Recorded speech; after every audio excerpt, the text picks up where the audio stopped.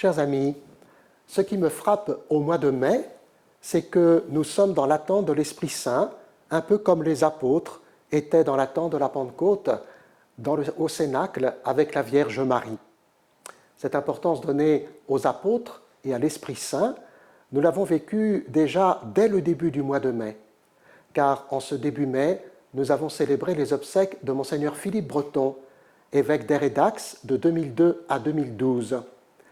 Ces obsèques ont été célébrées à Paris, à l'église Saint-Germain d'Auxerrois, dans l'intimité familiale.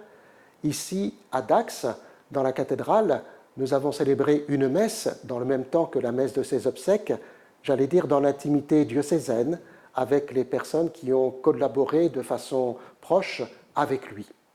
Une messe diocésaine sera célébrée le dimanche 21 juin à 18h, si évidemment les conditions sanitaires le permettent, pour que nous puissions être nombreux à rendre grâce à Dieu pour son ministère épiscopal et à confier Monseigneur Breton à l'amour de Dieu, qu'il soit et qu'il entende cette phrase de Jésus, « Bon et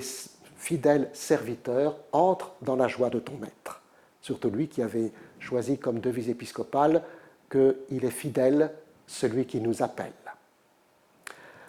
Depuis le 10 mai, nous sommes donc dans une première étape de déconfinement.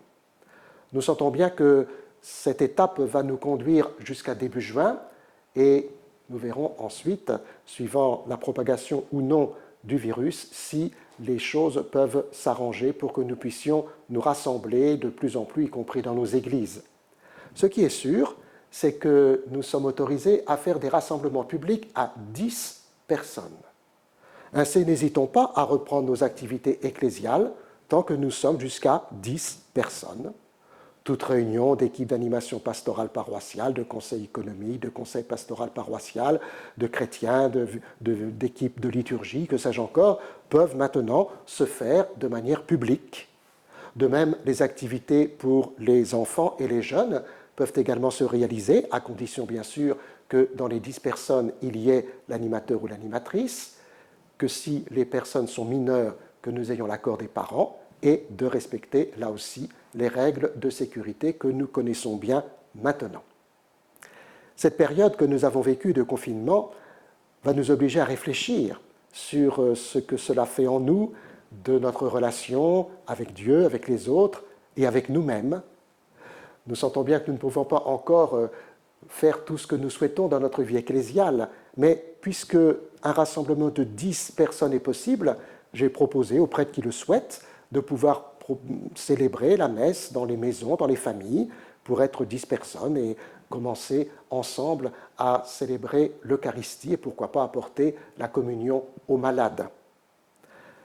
Nous étions et nous sommes toujours dans l'année synodale sur le dimanche. Nous sentons bien que cette année a été elle aussi bouleversée et en même temps, c'est très important, l'Esprit Saint ne nous a pas proposé ou inspiré de dire que nous avions une année sur l'Eucharistie dominicale, mais que nous avions une année sur le dimanche.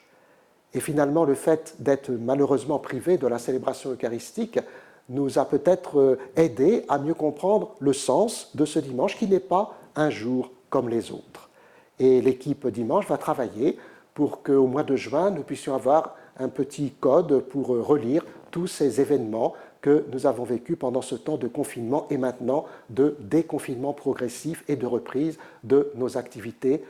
en tout genre et notamment dans la vie de l'Église. Je pense évidemment à tous les parents qui ne savent pas trop s'il faut qu'ils mettent ou pas leur enfant dans les écoles, à tous ceux qui reprennent le travail, aux activités économiques et à tous ceux qui sont ou qui seront victimes de cette crise économique provoquée par ce fameux virus.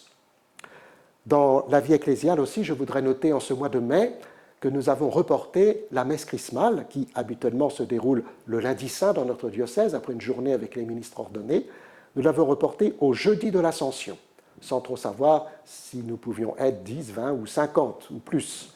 Et finalement, cette messe chrismale, je la garde le jour de l'Ascension, le jeudi 21 mai, c'est une grande fête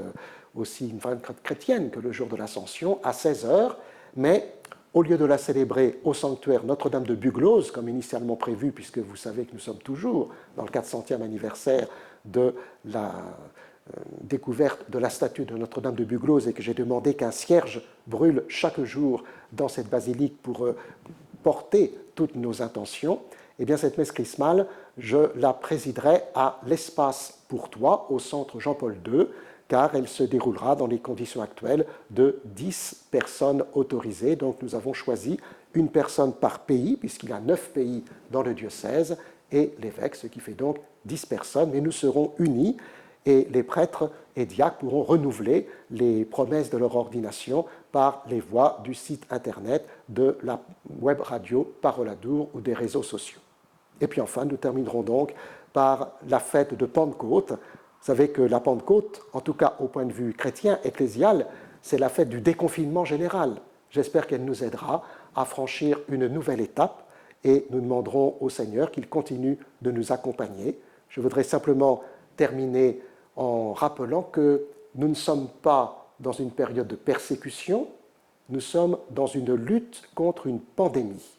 d'où l'intérêt de respecter ce qui nous est proposé et d'être dans l'attente et surtout dans l'espérance que l'Esprit Saint saura faire de nous des chrétiens capables d'attendre et en même temps d'agir, notamment auprès des plus pauvres, des plus petits, qui ont besoin de nous, car le Seigneur nous aime et il veut que nous le montrions. Alors profitons de ce mois de mai pour nous mettre dans la mouvance de l'Esprit Saint.